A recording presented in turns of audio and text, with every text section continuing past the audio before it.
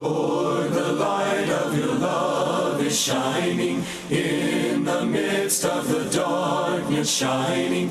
Jesus, light of the world, shine upon us. Set us free by the truth you now bring us. Shine on me.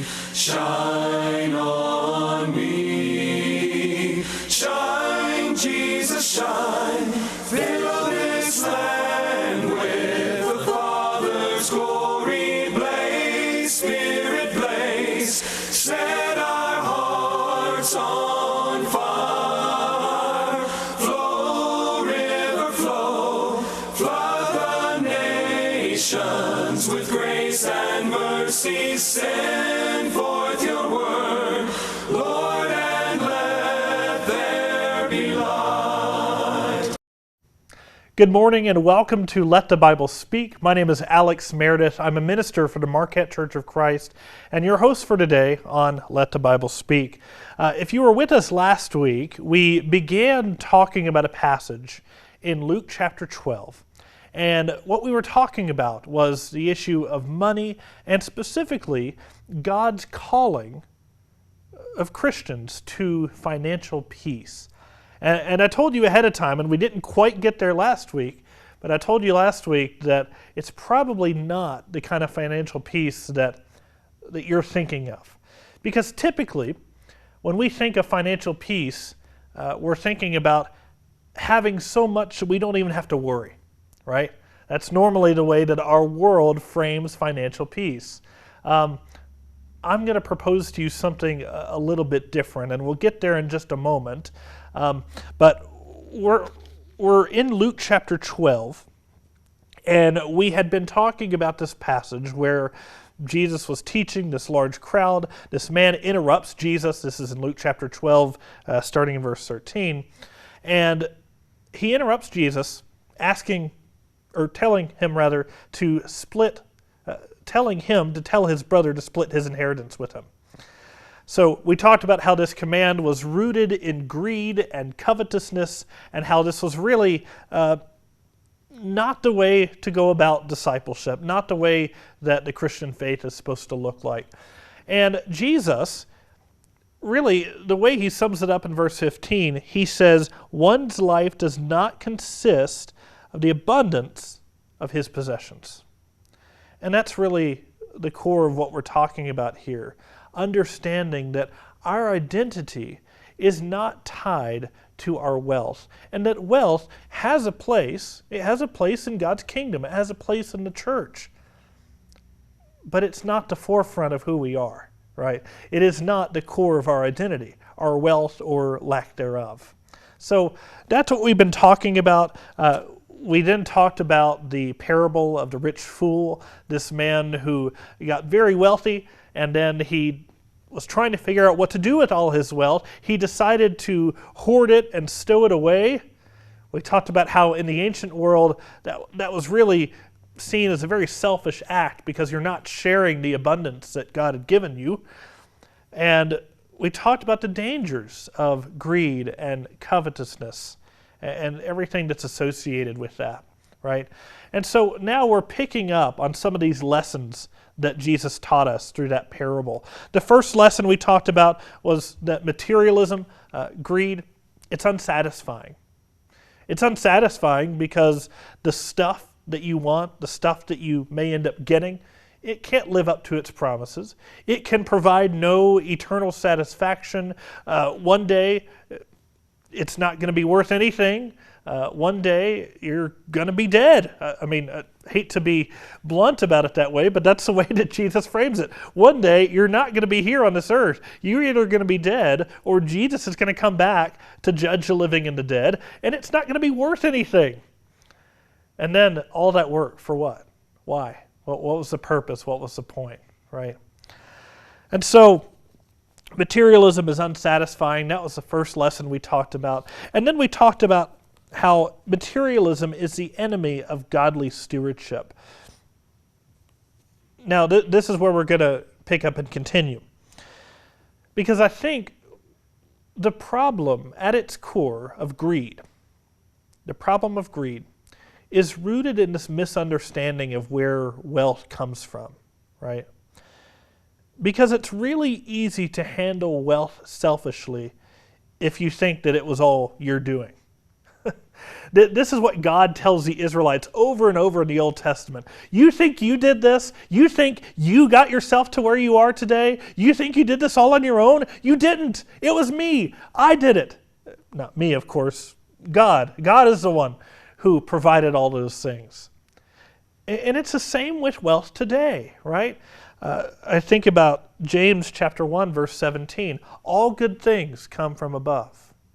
All good things come from above. I think about the parable of the talents, how the master was giving this money to the servants, and he was the one who was providing it, and when they did well with it, he was the one who provided more, right? And the message there is that God is the one who's providing.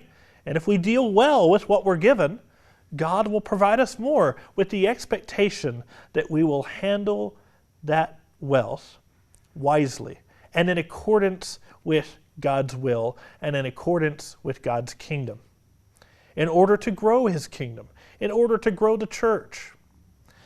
So that stands very much in contrast to what we see in verse 18.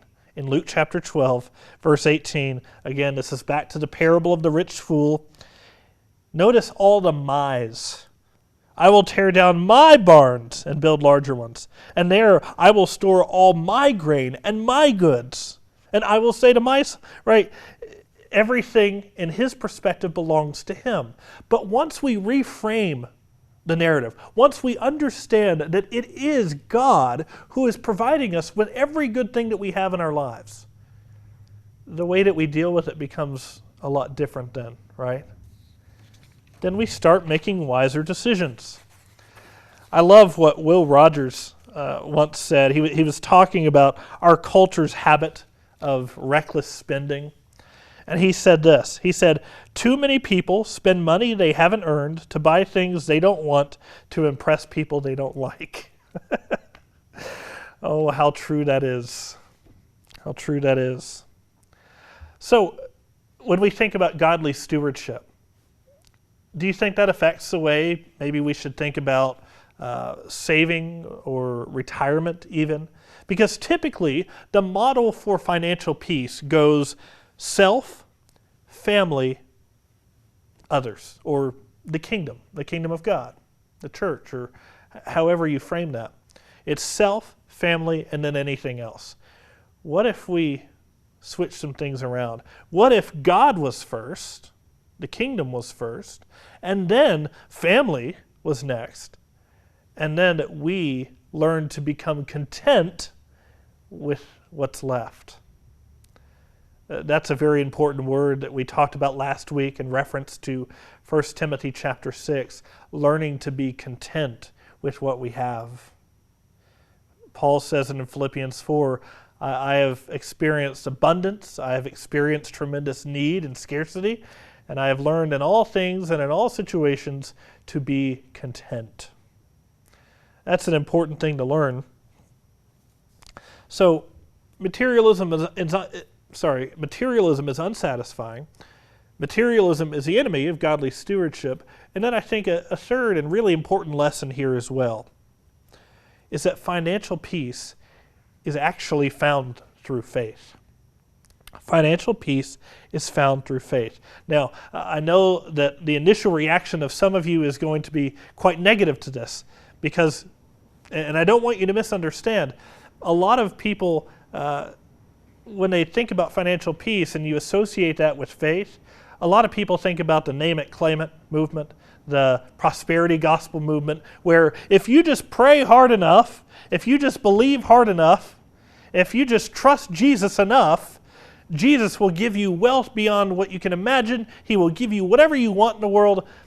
That's not what we're talking about here. In fact, Jesus doesn't promise us a perfect or even a good life.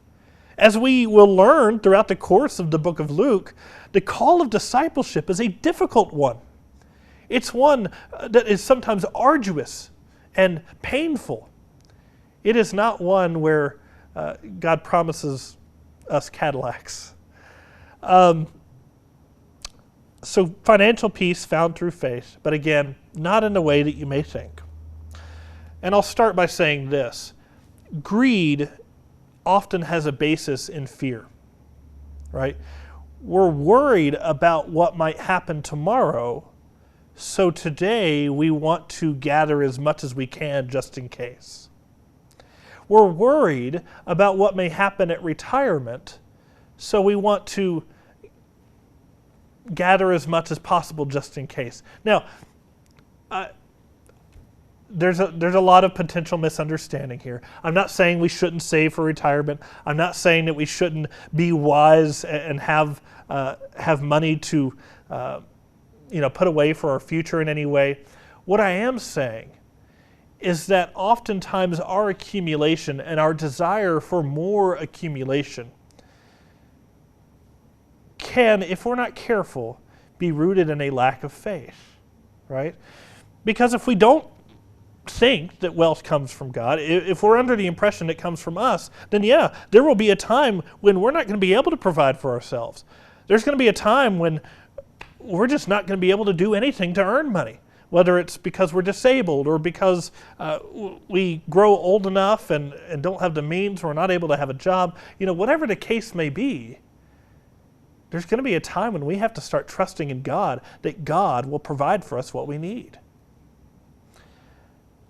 There's a story in Exodus 16 that I think demonstrates this really well.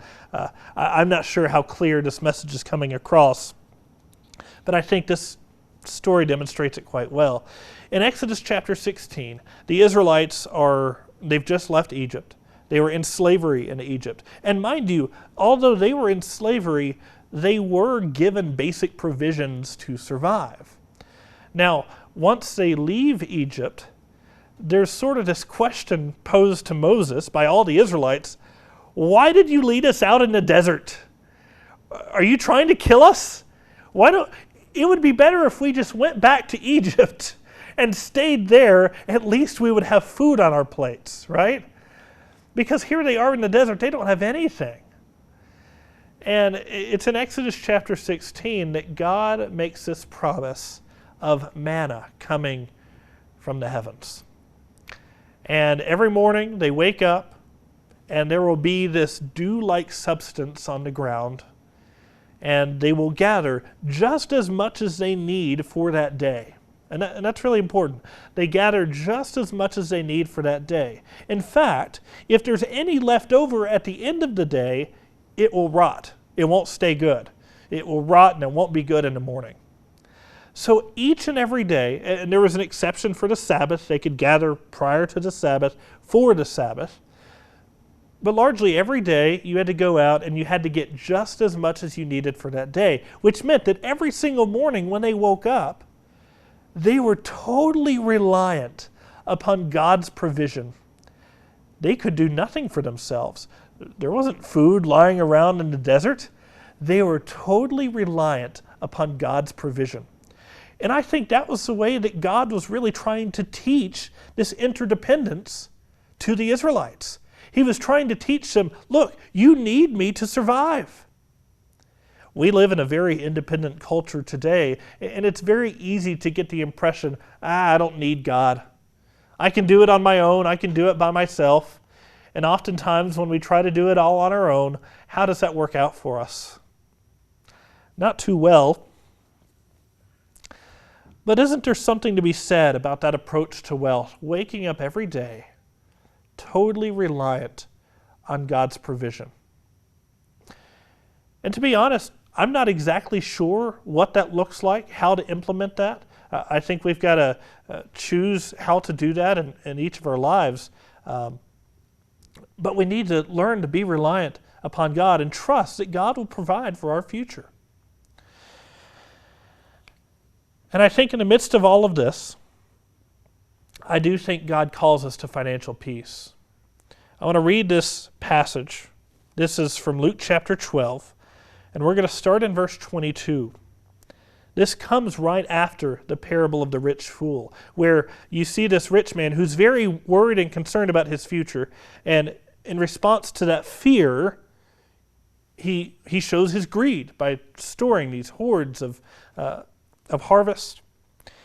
And then right after that, starting in verse 22, this is what we read. We're going to read Luke chapter 12, verse 22, and we're going to read through verse 34. And he said to his disciples, "Therefore I tell you, do not be anxious about your life, what you will eat, nor about your body, what you will put on. For life is more than food, and the body more than clothing. Consider the ravens.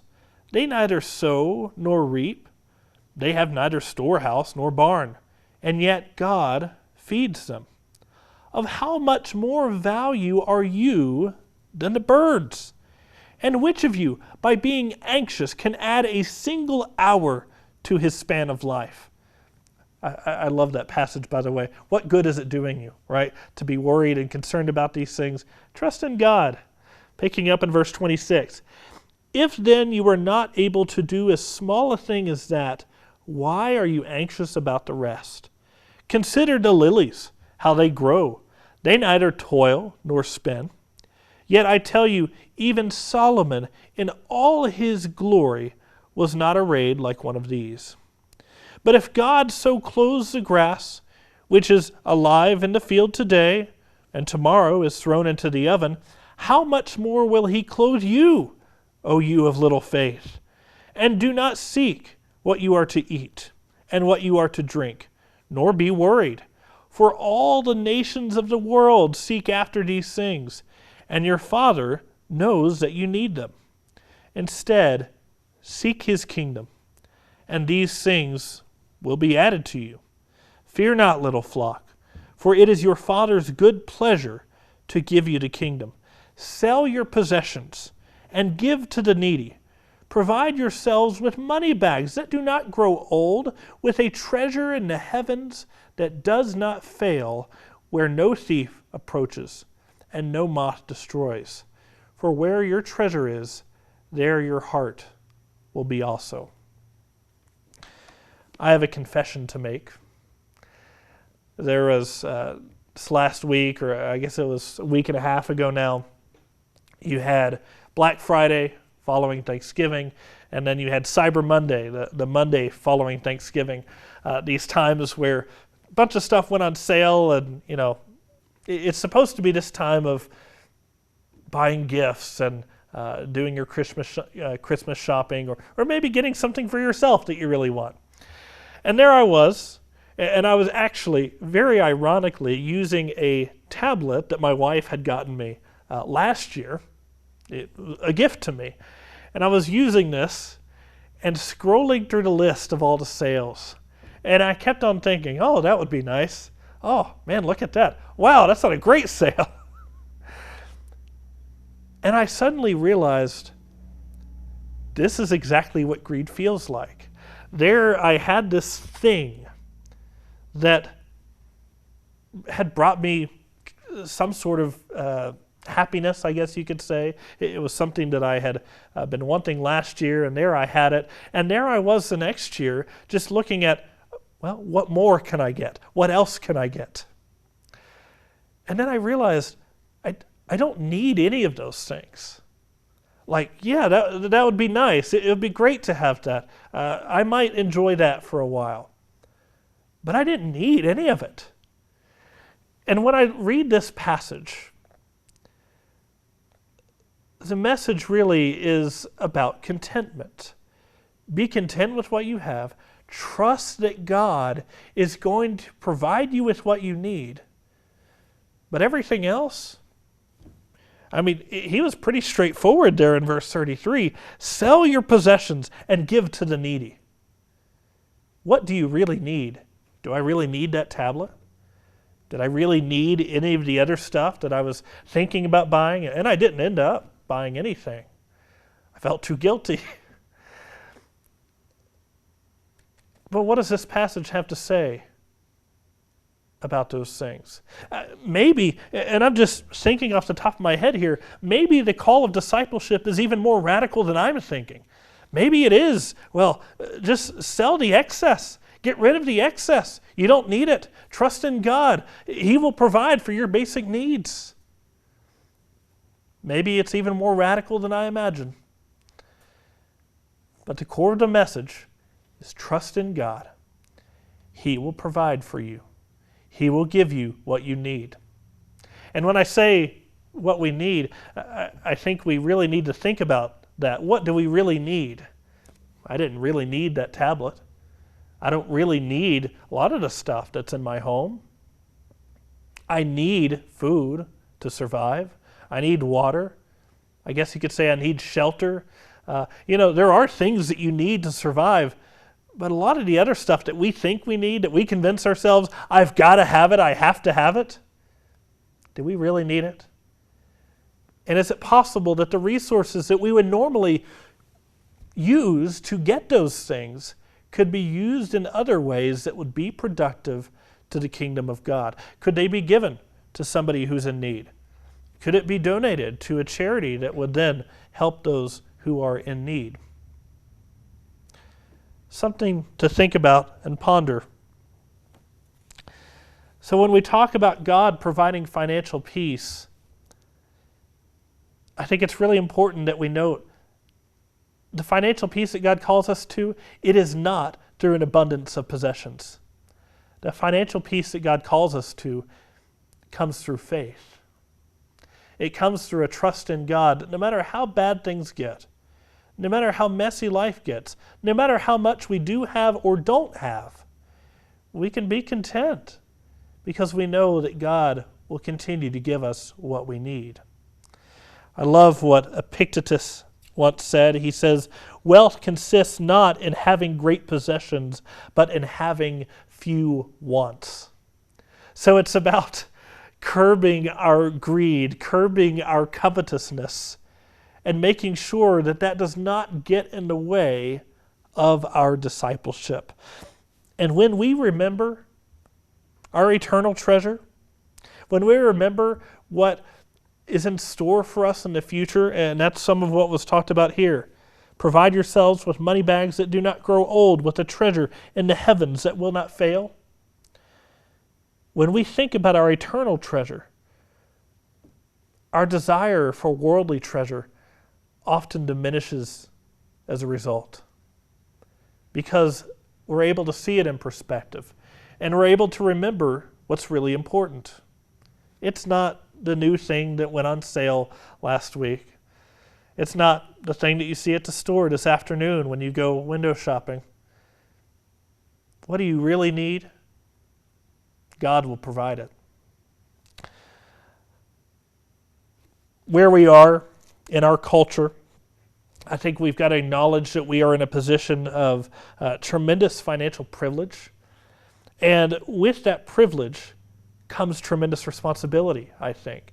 We reference the parable of the talents, but what we saw was when the man who had been given the 5 talents produced another 5 talents, the master then gave him even more. And it was expected that he was going to deal wisely with even more because he had done well with what he had already been given. And I think that's the case for a lot of us here. Even some of the poorest people in our culture today, in the United States, are still some of the wealthiest people in the world by comparison. And that's a really tremendous thing. I think we've been blessed in many ways. I think we've been privileged in many ways. And again, with that privilege comes tremendous responsibility. With what we have, whether it's a lot or a little, we have a responsibility to use those resources in a way that honors God. And we can't let it go to waste by using it on our own greed. So here's some concrete advice. What do we do with all of this information? What do we do in order to pursue this financial peace that God provides? A few pieces of advice. Number one, put giving at the top of your budget. And I'm not saying exactly where you have to put that giving. I'm sure you know the needs around you in your own life, whether it's individuals who are in need of help. Maybe you choose to give to local church or to charity. Whatever that may be, put giving at the top of your budget. I remember when Paul quoted Jesus, he said, "It's better to give than to receive." And oftentimes, that's been my experience. it feels a lot better to give, and there's a lot more contentment when we choose to give what we have instead of hoarding it for ourselves. And I think when we do that too, God then entrusts more to us to continue to grow his kingdom. So put giving at the top of your budget. Secondly, next time you're worried about money, pray. Pray. Pray that prayer in Philippians chapter 4, that we cast all our anxieties on him, and we pray that God will give us peace that transcends all understanding. Pray about it. God has the power to make a difference in your life.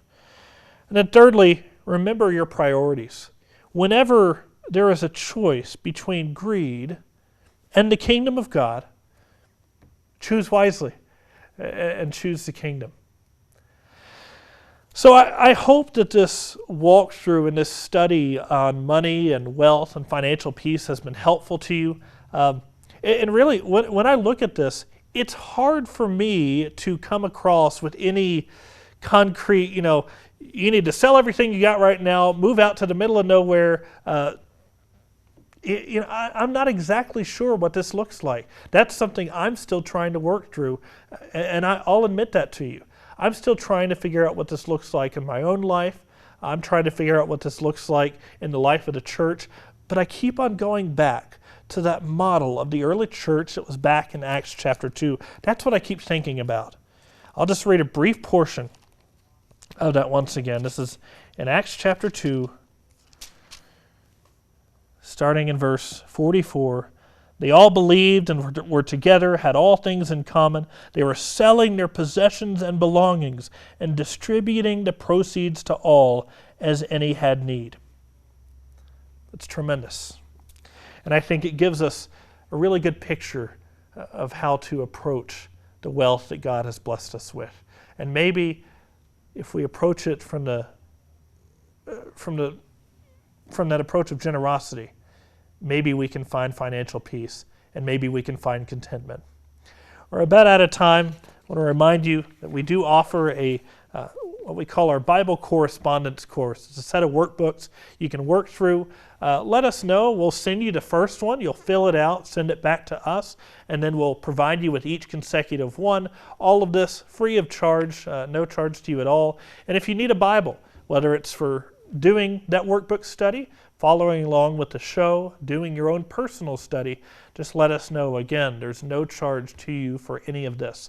It's a hardcover ESV Bible. That's the same version we use here on the show as well. The contact information is up on the screen. The Marquette Church of Christ, P.O. Box 372 in Marquette, Michigan, zip code 49855. You can find more information on our website on letthebiblespeak.net. If you go to .com, you're going to be in the wrong place, letthebiblespeak.net. Thank you for joining us today. We hope this has been a productive discussion. May God bless you.